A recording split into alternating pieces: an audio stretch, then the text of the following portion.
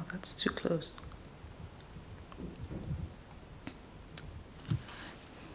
Hey guys. Hey guys, how you doing? Happy New Year and welcome back to my channel. But most importantly, Happy New Year. I hope you guys have an amazing 2024 ahead. It's been, I don't want to say it's been a while because I think I did a vlog in December. So I'm excited though. I'm really excited for the new year, for all the new content that I'm going to be bringing you guys. I have so much filmed and you guys are definitely going to see all of them. But first of all, starting with this one, I wanted to so I have a bunch of vlogs like, in the backlog, but I didn't just want to throw them at you, especially now in this new year. So I just thought it would be a great way to start off the year. First of all, just being in a very reflexive state, just thinking about our intentions for the year. And for me, something that hit home and was very personal to me is the subject of healing. So if you're here for the first time, welcome to my channel. I had plans for this video. I had plans to be all done up, obviously as the first official video of the year, as the first official video of the year. I had plans for it to, I had plans to be more dolled up, to have like text on the screen describing the things I'm going to talk about. But I want to let you guys know before you even get into this video that none of those things are going to happen. This is going to be a very simple, straight from the heart, sort of heart-to-heart conversation that we're having. So, just take me as I am. I obviously did a quick 2-minute thing, nothing too serious, nothing as extensive as what I had in mind, but I think this works. So without further ado, pretending that we're like in a conference or presentation room, without further ado, really. Anyways, let's get into it. So this video is when you are ready to heal. I have personally been through the ringer, as they say. Name it, I've faced it. Abuse, neglect, whatever it is, we're not going to get into it, but I've faced so much, as I'm sure a lot of you have, and I'm sure that's why you're clicking on this video. Fundamentally, I believe that we all have some form of healing to do, whether it is from something so severe as, like what I've experienced and what other people may have experienced, or even just healing from our childhood on the most basic sense. The problem is that a lot of people don't want to do the work, and this is not to people that are actually doing the work. A lot of people know that they need to do the work and they refuse to do the work, and they go on to hurt people like me that were just innocent bystanders, and they go on and hurt people, and this just continues this ripple effects and endless cycle that we have today. So that is why the subject of healing is very near and dear to me, and just so important, because to those people that absolutely know that they are the problem, or they have problems that may not be as a result of their fault, but the moment the next step should be to do something about it, to heal, so that you don't go on and affect other people and ruin other people's lives. Anyways, we're here. I'm here. Life happens. We obviously don't get to choose our story as much. I don't know. People say it was written. People say you get to choose. Whatever the case is, it has happened, and now I'm going to begin to speak directly at people like me that are doing the work, that have been hurt and have faced one challenge or the other that necessitates the process of healing. To us, I'm going to continue saying do the work. I did a video last year on Instagram. It was a reel. And yeah, it was just to encourage anyone that's going through the process of healing. Do the work, keep doing the work that you're doing. Sometimes you don't think that it's paying off, but it is. For people that are willing to do the work of healing but don't know where to start, this video is for you. For people that are still in the process of healing, this video is for you. And in my annoyance, rightfully so, to people that just keep going around messing up people's lives, knowing that they need to heal but refuse to do the work, you better be tuned into this video because you've got to stop. Now that I've spoken for a lot of us, I'm sure, with that last bit, in this video, I'm just going to share the things, what I've done, what I'm doing, and what I will continue to do in my healing journey. And I would say an hour before I sat down to record this video, it actually came to me, and I just wanted to share that the process of healing is not linear. I definitely used to think like, oh, you know, I'm healing, and then I'll get to the point where I'm healed, and then we're free. But I'm realizing now, and you know, the realization just hit me that you're never done healing. And I don't mean to say that to make you feel exhausted, because for anyone going through the healing process, you know it's long, you know it's painful, you know it's exhausting. I come to you with 3 hours of sleep or 4. And it has been that way for some time. I don't know if you can tell. I haven't been sleeping well. It's been going on for a really long time.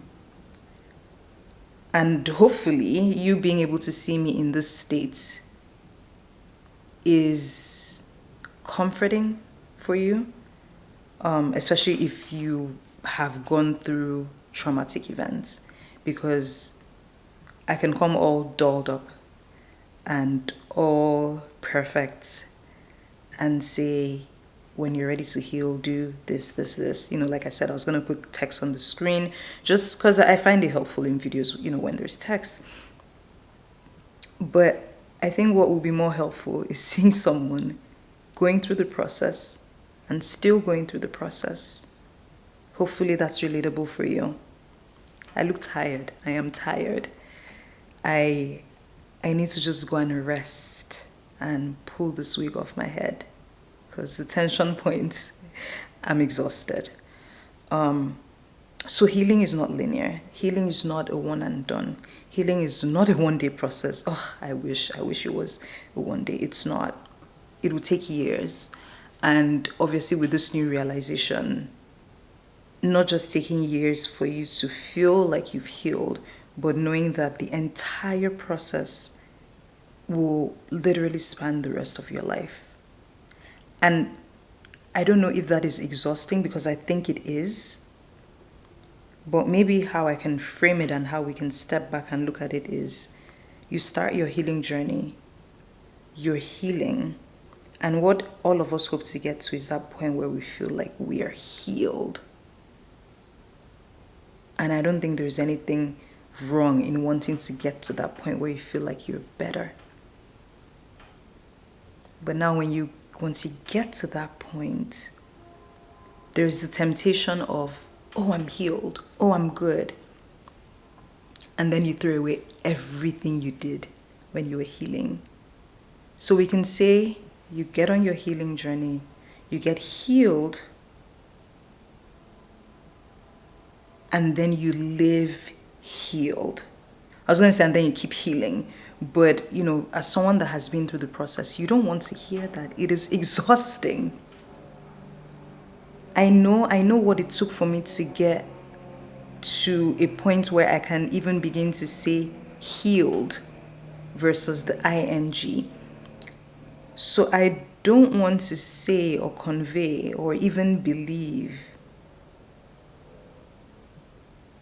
that you have ing for the rest of your life. Yes, you will. But the goal and what I think will make it easier for us, because this is not an easy journey, is starting your healing journey, getting to a point where you know when you're yourself, getting to that point healed, and then making the conscious effort to live life healed. So for the rest of your life, you're still in this ongoing process, but you have emerged a much better person than when you were at the onset of your healing process. So you're healed. And the goal is now just to live life healed. And I wish more of us would actually go on this journey so that we would go from trauma, whatever negative thing it was, to healed. We need more people living healed. If more people could live healed, then less of us will get hurt. Less of us will just fall into what we're not supposed to fall into. So I don't think it's wrong to drop that ing because, again, for someone going through that process, please don't tell me there is ing for the rest of my life. That's healing, by the way. I would rather understand, and I think it gives you the understanding and then responsibility to maintain, right? It's like building a house. You build a house, and then you can start touching all the walls with dirty hands. But you remember how much money went into building that house. So when you're done building, it's now time for maintaining. You maintain. You maintain. So healing is the same way. You heal. Please let's accept when we get to that point where we feel like we're healed, so that we don't feel like you're on this hamster wheel, so that you don't keep beating yourself up and feeling like you're not better, you've not done anything. When you get to a point where you feel like yourself again, please accept the title of healed. And now from this point, what I think we should do is realize that we have to consciously then live life not like we were before, even before the trauma happened. We can't even try to be that person before. I know for a lot of us that have gone through stuff, you look back, you're like, what my life was before this incident happened. And yes, your life was probably good. Yes, we're probably good.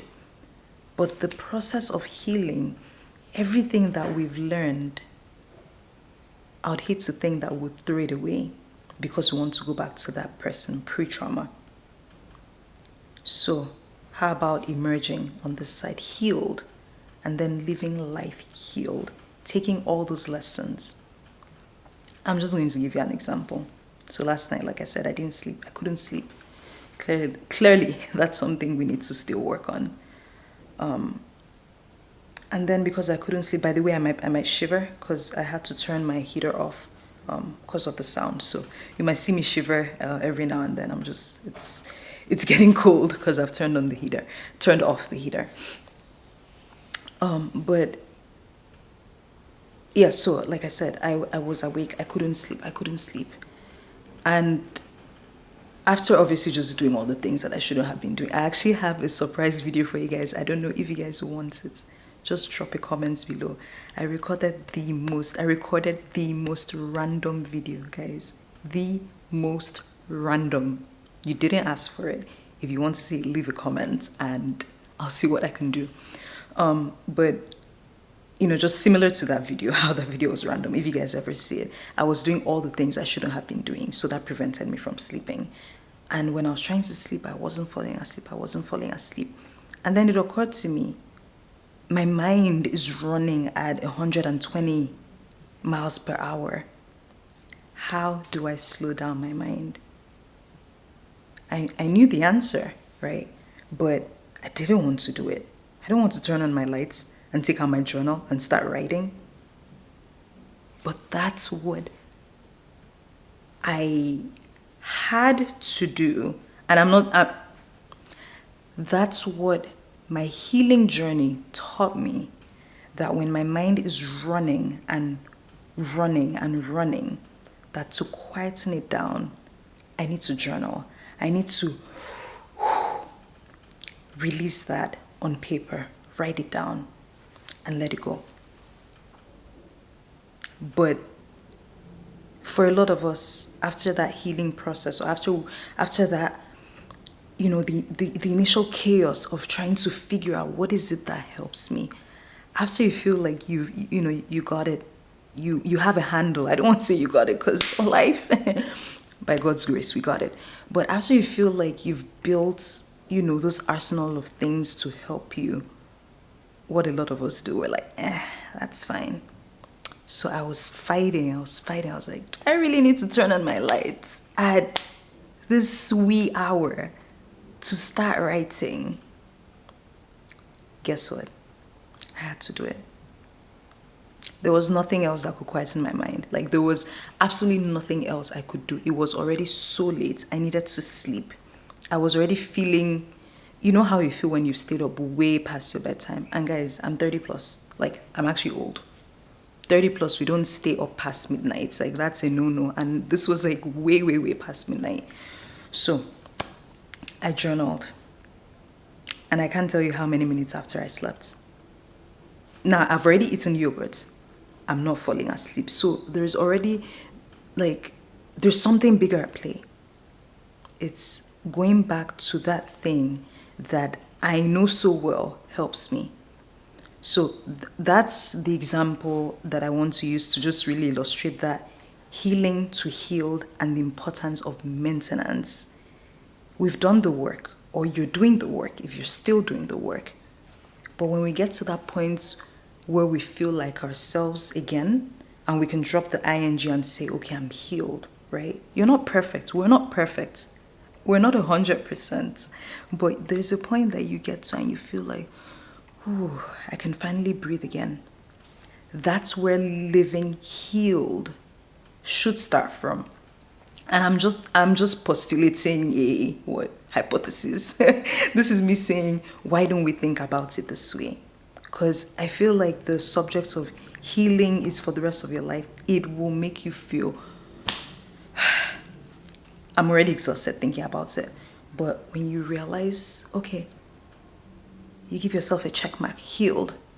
And then now we're like, okay, let's live healed for the rest of our lives.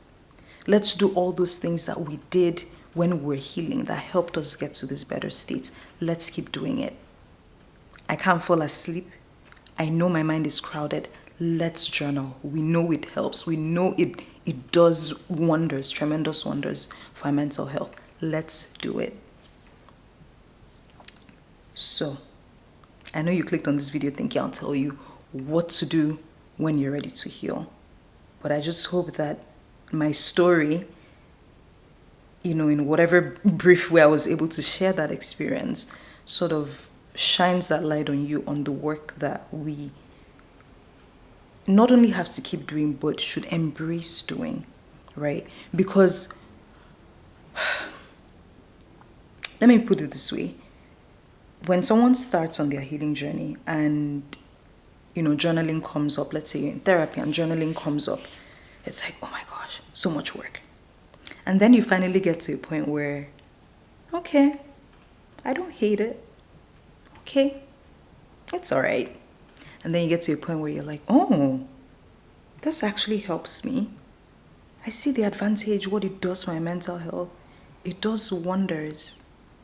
Now, why would we ever be tempted to go from that to, because we're in a much better state,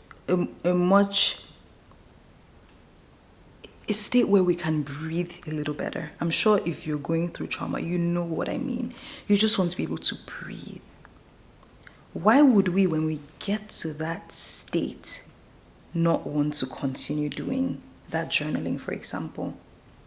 And obviously the answer is easy. It's because we remember and we're looking at it from the lens of pre-healing, how exhausting the idea of journaling seemed, how exhausting the idea of whatever activity, just insert whatever activity you know makes you feel better. It's because at that state where you feel a little bit better, you feel like you can breathe better, you're looking at that thing, the very thing that helped you get better. You're now looking at it from the pre-healed state, from the trauma, right? Like the traumatic version of you is seeing, oh my gosh, journaling, that's so much work. But when you've gotten to your healed state, those things are meant to come with you. Everything that helped you be better is meant to then come with you for the rest of your life. Because now you've seen the cocktail of things that make you better. And you should want to hold them tight. Right?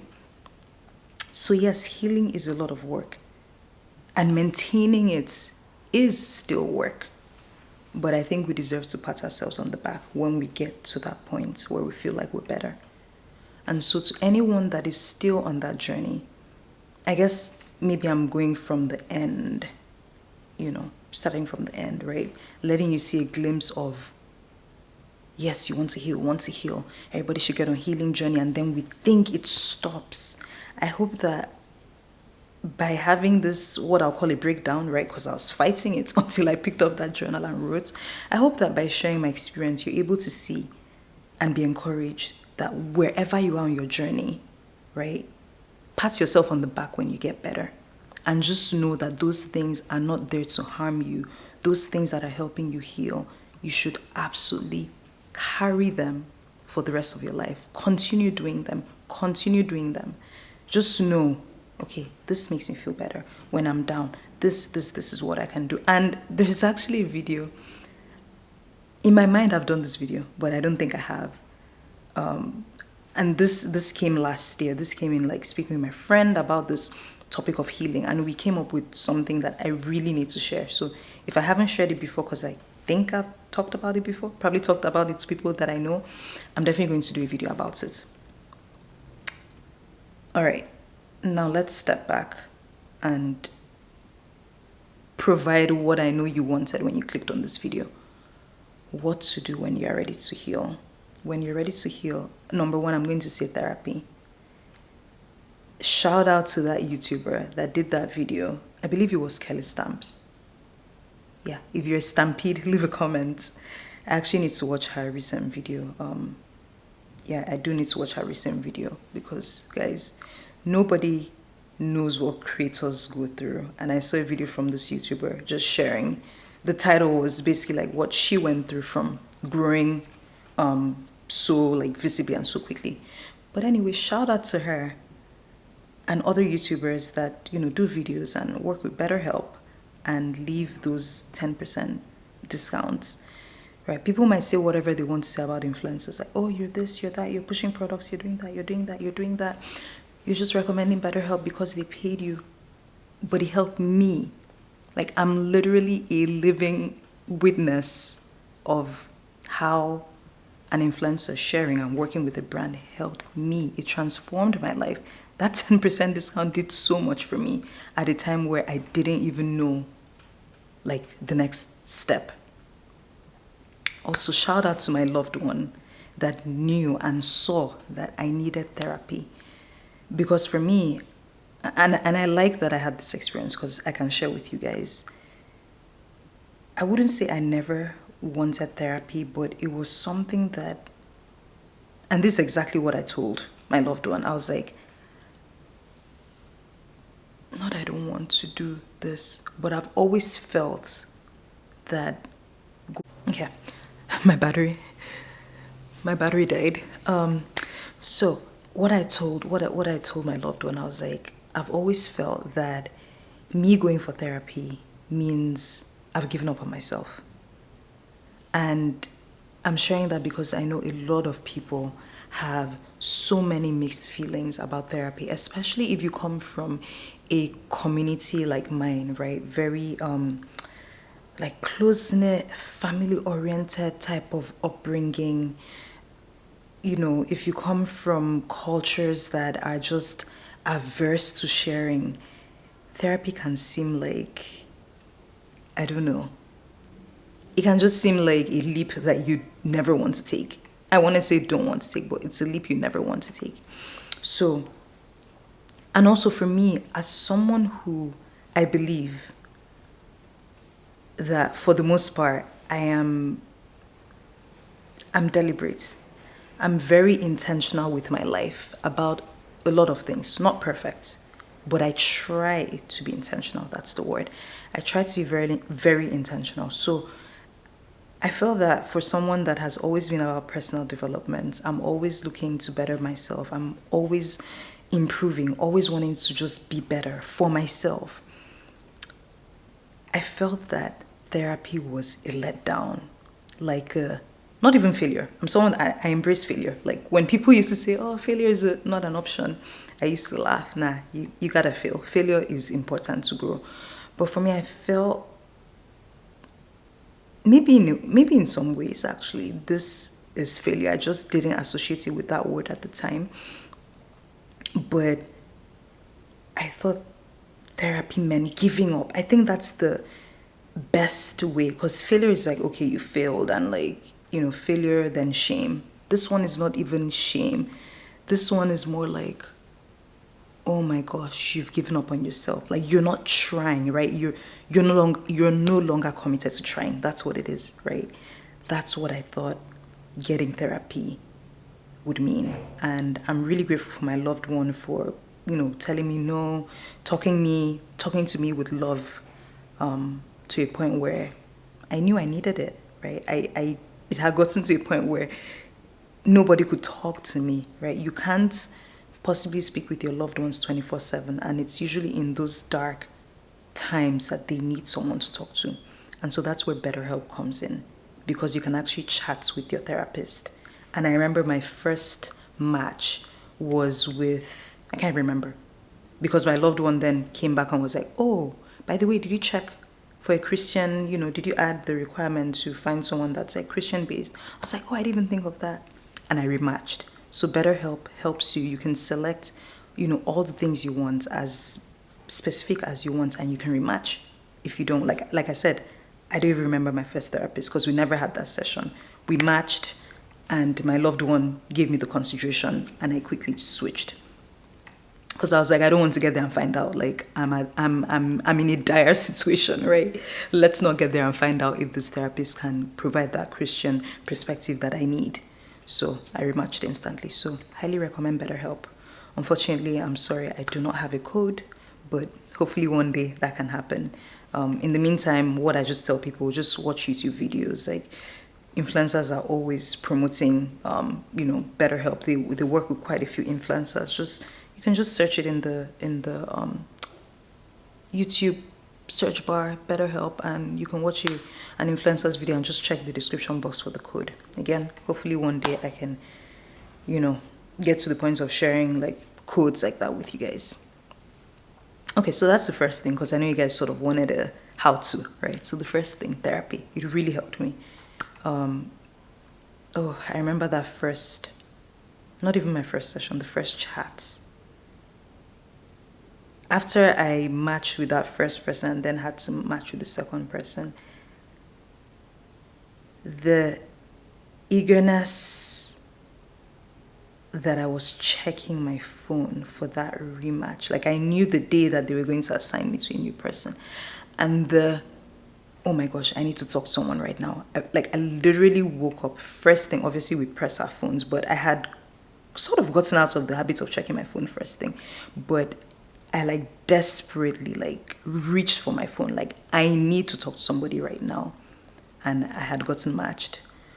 So just that wait, I think it was like a 2 or 3 day wait period. I can't remember. I don't know if that has changed, but I can't forget. And so that chat feature was really important. Even before our first session, I was able to just speak with my therapist. And, there's video option, there's audio, there's text. I possibly use them all. So highly recommend therapy. Whether it's BetterHelp or whether it's another website, just check. Faith-based organizations can have something, I don't know, just check. What I actually wanted to say was, if you prefer in person, right, don't feel like you need to be pressured to use the online way. If you know, and I'm saying this because I've spoken with someone that was just like, no, I can't do online. I need to be in person. If that is you, please do in person. If you feel like you need to sit in someone's office, sit on someone's chair, cry, crawl, whatever, please do it. But it's just good to know your options. The second thing for this very interesting video, when you're ready to heal, I'm going to say get habits. Get into good habits. Get into good habits. Guys, I cannot believe that I lived my life for so long. Maybe I had habits and I just wasn't aware, right? Because some things eventually become second nature.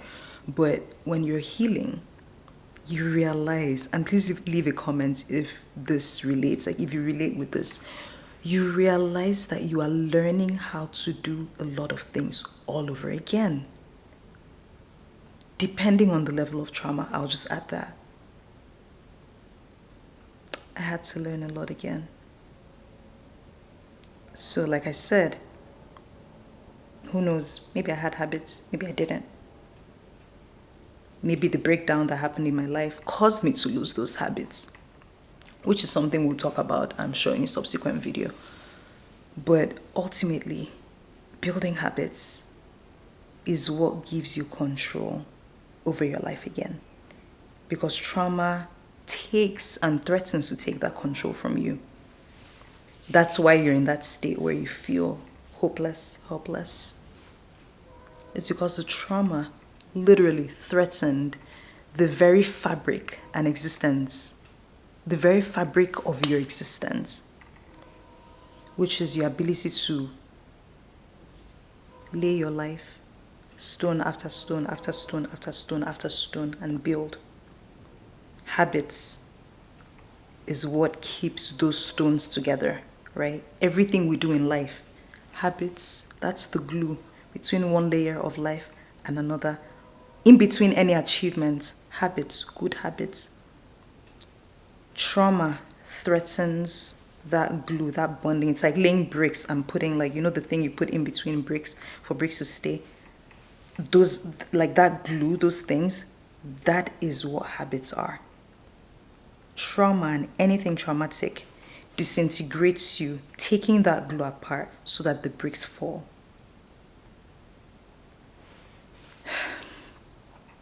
And when you get there, the bricks have fallen.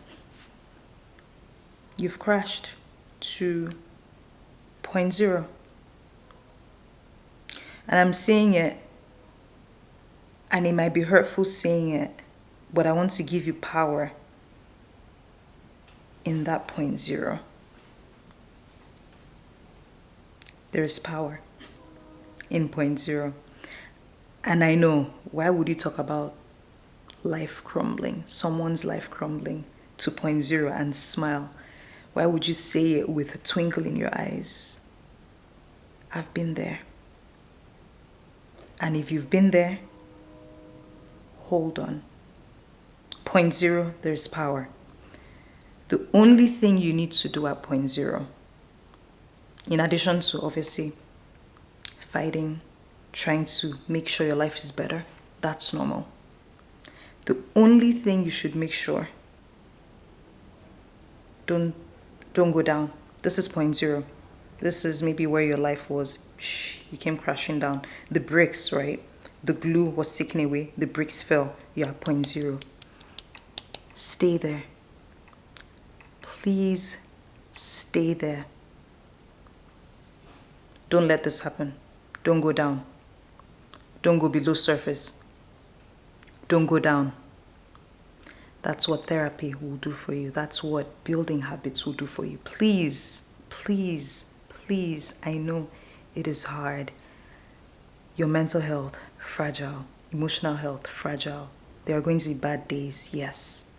But please, just keep it in mind that all you have to do, your only goal, even more than trying to, take off again, which will happen in time. More than that, your main, and I'm going to even say only concern, is not to go down. Don't go down below. Please, stay on the surface. stay on the surface. Every day above ground is a blessing, right? I've heard that every single day above ground is a blessing. Please, please, please stay on the surface. No matter how bad the days get, stay on the surface. That is your only duty. Don't even overwhelm yourself with, I need to claw myself back up. Just stay on the surface.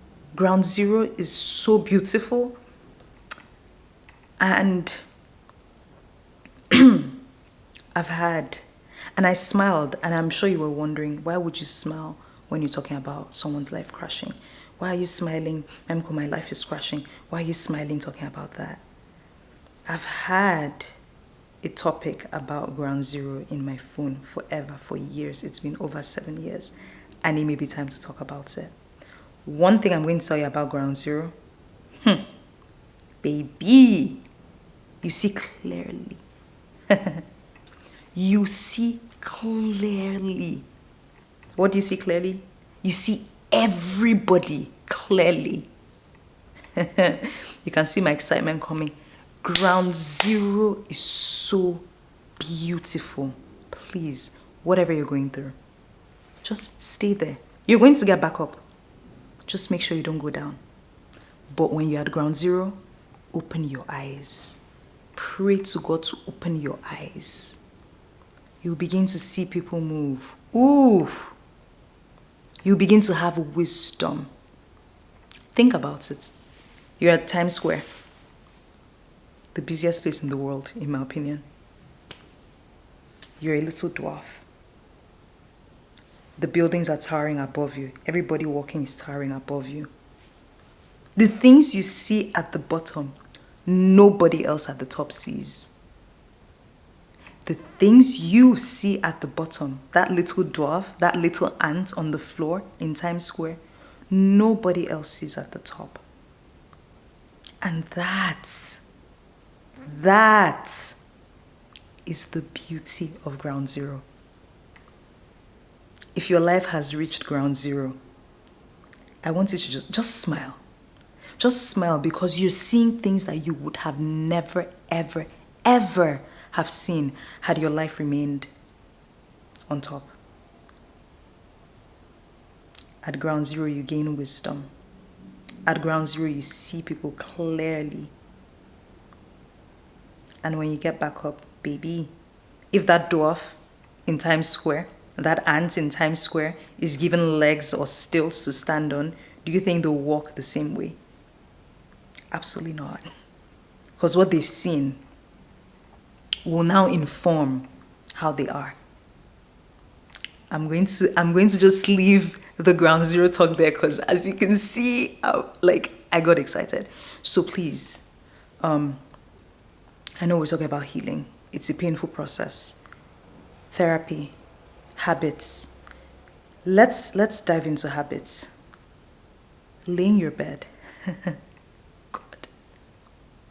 Every day I woke up and I laid my bed. And please, when I say every day, plus or minus 1 or 2 days, plus or minus the days I was just like, please, I'm staying in this bed. Every day I woke up and I laid my bed. Why? Because that was the only thing I could control. That was the only thing that gave me power, that gave me my power back. It is, quite frankly, the smallest thing you can do, yet the biggest thing for your mood, for your mental health. Like, you lay your bed and you're like, yes, I've done one thing today. And you feel like you can conquer the rest of the day. Even if, remember, we're talking about healing and we're being realistic. Even if the rest of that day is you being in bed, you have won. You laid that bed, you've won. And you keep building. That's how I started building habits. It was just one thing at a time. Laid my bed for 30 days, downloaded an app, tracked it. Laid my bed for 30 days. Then I started working out. I remember I was sharing that on Instagram stories. Like, hey guys, I'm going to the gym. Okay, I'm going to try to do 3 to 4 days a week. Working out, moving. Taking walks is important too, but I wasn't it wasn't too easy for me to just get out, but I know that on those days that I took walks, my mental health was better for it. Seeing the sun. I remember actually like speaking with one of my friends, and she was like, yeah, because I hadn't seen the sun in days. Like I walked out and it felt like I hadn't even been in this world before because I'd been indoors for days. So take those walks. They're really good for your mental health. Just the breeze on you. And I realized every time I took walks, I didn't even remember what my problems were. You don't even remember. Go and sit in a park. People watch. Watch the birds, watch the trees. Habits. Habits, I'll never look at them the same again. And if you can look at them like I told you earlier, bricks, the glue thing, I don't know what it's called, cement, I don't know. The thing that holds bricks together. Those are habits. When a stressor from outside comes, the first thing they do is try to ruin your foundations. Habits are your foundations. They pull it apart and the bricks fall. So the first thing you do, you lay your bed because you're putting back yourself together piece by piece. Ooh, yes. That is the beauty of healing. You're putting back yourself. For the first time in your life, are you putting yourself together piece by piece, deciding what goes in for the first time ever? Because when we grow up, nobody gives you that. You don't get that power. You do what they tell you, depending on your environment. But even regardless of your environment, the mere fact that you were a child in this world and somebody raised you, a big component of who you are today is shaped by those people that raised you till adulthood, wherever you are right now. And so if something has happened to shake you to your core and make you shatter to pieces, the beauty of healing is that for the first time ever, you, not anybody else, not anybody else, not anybody else, you are now putting yourself together piece by piece. Ooh, it is beautiful. It is beautiful. It is so beautiful because you finally have a say. And this is regardless of what kind of upbringing you had, regardless of whether you think you were fortunate enough to maybe have some sort of control over your life. The truth is, none of us, you really haven't. Trauma and the healing process is when you consciously, you say this goes in, it stays. You say this stays out, it stays. You say this goes in, it stays. You say this. You're putting yourself piece by piece. It is an honor and a privilege not many get to experience. And I know, and I can't even believe that I'm talking about healing in such a good, positive way because, as you know, right, I'm sure you're watching this, you're going through it. You've been through it, possibly. It's not pleasant. So how dare I sit here and say it's beautiful, it's all the tears you've cried. But trust me, being able to consciously build your life, this time what you say stays and what you don't want is out. And the beauty is that you get to live your life for the rest of your life like this. And so what I was saying before I interrupted myself and said, how dare I say it's beautiful? It is such a privilege because not many get to experience this. And I know, trauma, I've been through. I look at people a lot of times and I'm like, man, you are so fortunate that you've not been through XYZ. Oh, you're so lucky. Oh, I don't know if my life view will not be tainted by XYZ experiences that I had.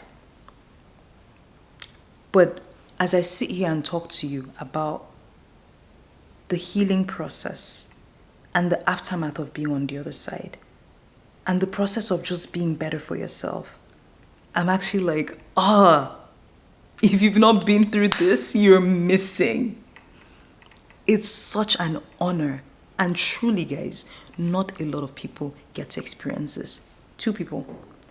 The people that thankfully in their life, they don't experience any trauma, like anything that's... Obviously, I feel like we all face challenges, but there are people that, for a good portion of their lives, nothing too jarring happens, right? Those are the people that I look at them like, oh, you're so lucky. So there are those people that don't get to experience this beauty that I'm talking about. And then there are the people that should heal, that I talked about in the beginning when I was like, I'm annoyed, that refuse to do the work. They never get to experience it because they refuse to do the work. But we are doing the work. We do the work. And because we do the work and are doing the work, we get to experience the beauty of a transformed life. We get to experience what it looks like to consciously choose every aspect of your life, every piece of your life. Not I went to this school because my caretaker lived in this city. Not I did this because this person said so. Not I did this because my tradition. You consciously choose the pieces of your life. And whatever you say stays. It is such a privilege.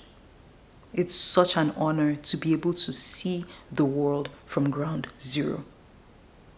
Because not everybody gets that. I mean, every day everybody's struggling to be something big. Nobody struggles to be at ground zero. So if you've been at ground zero, it's painful. I know, I've been there. But it's beautiful. And it's an honor. And it's a privilege. Because your vantage points, what you've seen, not many people have seen. Actually, what you've seen, right? Now I'm talking about our individual experiences.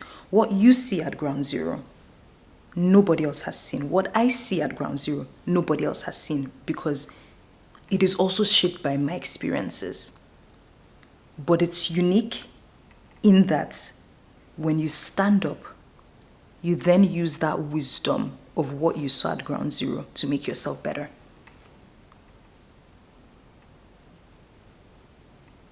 Healing, healed, maintenance, living healed. Journaling. I guess I don't even need to touch on that, right? Because we already talked about in the beginning how journaling, right? Just clear your mind.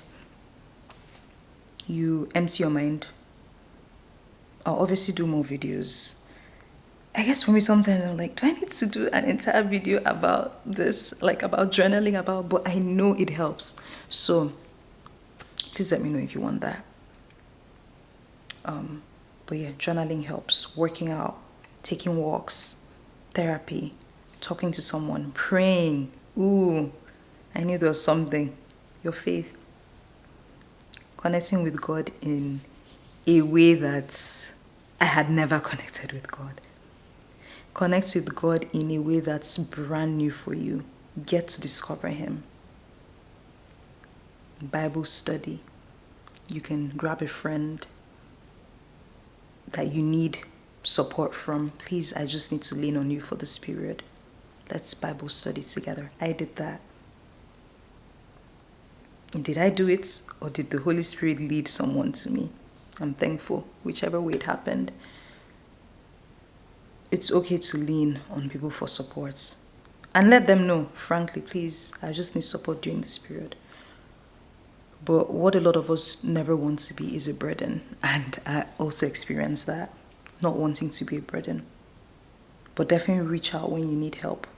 I used to be the strong person, the person that other people will come to. And then when I present my trouble, either everyone just keeps talking, right? Almost like I didn't just say I had trouble X. And for years, I was that person. And then when my life came to a grinding halt, I was like, okay, you, now you're going to listen to me and you're going to hear my troubles. And it took time for people to come around because for me, if you tell me your problem, I'm giving you a dissertation. I mean, look at this video. I'm giving you a dissertation. We're going to come up with pros and cons and then solutions that you can explore. But because I was always doing that for people, when I share my trouble, literally nobody gives me back. Boom, boom, try A, try B. It just, so I was like, okay, I am now demanding you people's attention and care. I need this care. I have wounds all over my body. I can't lick these wounds all by myself, and I'm not asking you to. But for once, please, I need someone to care. So if you've always been the strong person, you may have to be as drastic as I did. And when I say drastic, I'm not saying I went and like lifted people up. But I mean, in your mind, right, when you're always the person providing solutions and helping others, you don't know how to put forth your request. So I had to. I don't know how I did it. Maybe in conversations, instead of skipping over to the topic of the day, maybe I just made sure that my request, my needs were known. And eventually people started, okay, how about this? How about this? People started like, coming up with ideas, suggestions, help, checking in. You need that. You need that. You can't get up alone. You can't crawl your way out of ground zero without support. When you're at ground zero, yes, your vantage points changes, but you also need people that can kindly let you lean on them. If someone makes you feel like a burden, leave. Yeah, because I know we're here saying, never feel like you're a burden, so meaning open up to people. But if someone, this hair just keeps inching my eye, sorry. If someone specifically goes out of their way to make you feel like a burden when you're going through something difficult, walk. That's not what you need. And the conclusion of your healing journey will show you that, and, will show you those kinds of people, who to avoid and how to avoid them. And I'm sure in the future version of your life, you wouldn't even have space for those people. So if someone ever makes you feel like a burden, walk. But please know to seek support. Please know. I had people checking in. God bless all of them. And then I had times where I just didn't want any. But people still tried. Too. It was a juggling act between space and reaching out. If you're in the same shoes, it's okay to even tell people. Depending on your relationships. But it's important to voice your need first. And it's okay if you feel like you need space every now and then. You can ask for space, but understand that your loved ones are going to care about you. And they wouldn't want to, okay, because this person asked for space, I'll just never reach out, because you never know, right? And nobody wants to regret. So there were times I had to understand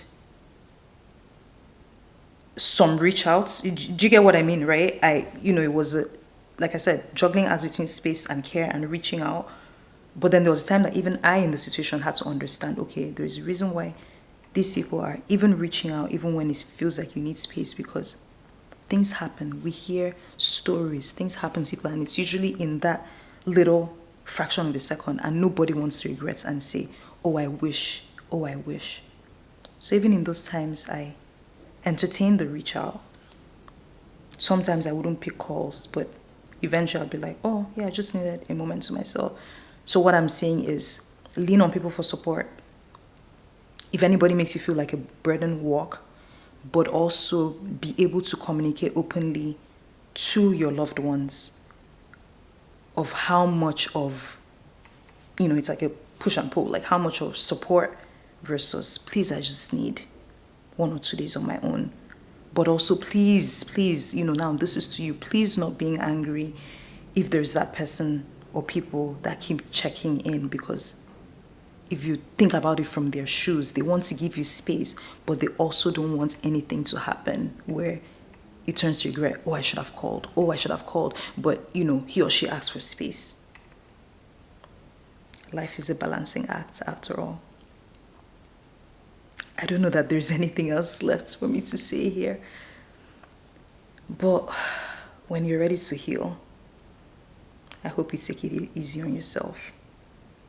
I hope you're gentle with yourself, even in the bad days. I hope you know that many have come before you. And we've been fortunate to read stories of many people that came out of adversity. And the point of those stories is to give all of us hope that that end that we feel in that moment, that situation that feels like it's the end, the hope is that because many people have come before us and they've shared stories of their rock bottom, ground zero moments, and then how they triumphed. The hope is that that gives us hope to keep going, to not feel like we're alone. Even if the people around you are not showing signs of going through the trials and tribulations you're going through. Maybe they are not going through the trauma that you experienced. Maybe their life just panned out different, and that's okay. But in me referencing the fact that people have lived before us, it's not the cliche, whatever. And it's not to say it in a somehow way, but it's really to pull hope and inspiration from the fact that, and I'm not saying I've read biographies, but we've heard of it, right? To pull hope and inspiration of the fact that even if we've heard these things in thin air, somebody's life went to zero and then they got better. Even just knowing that, I hope it helps you to feel less alone. Because when you're healing, a lot of times you feel alone. And it's usually because the people around you are not necessarily going through what you're going through. They didn't have that traumatic experience. And they are not going through this painful healing process. And so because of that, you conclude that you're alone. So in referencing that so many people have come before us, my hope is to present it to you that when that lie comes up where you think because the people around me are not going through this painful thing I'm going through, I must be alone. I hope that knowing that other people, thousands of people that we've heard their stories, even if we don't know the stories in detail, the fact that that exists, the fact that we have evidence that people were able to turn their life around from nothing, from zero to something, I hope that gives you hope. Hope to just keep pressing forward. And I'm going to leave you with these last words. At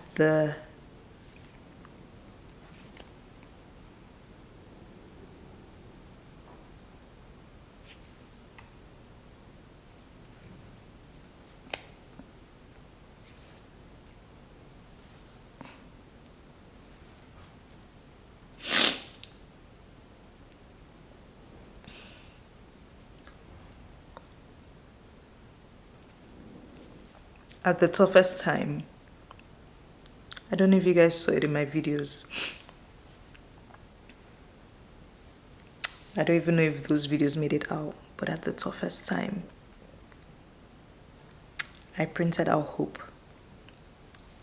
I ran into Google Docs, typed out hope, increased the font size, printed it out because that was all I had at that point. Printed it out and stuck it on my wall. Hope.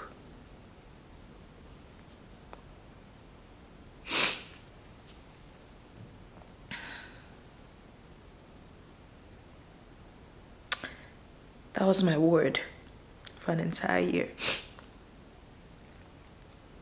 So if I don't leave you with anything, if nothing else I've said resonates with you, I want to leave you with hope. Thanks for watching this video. Bye guys.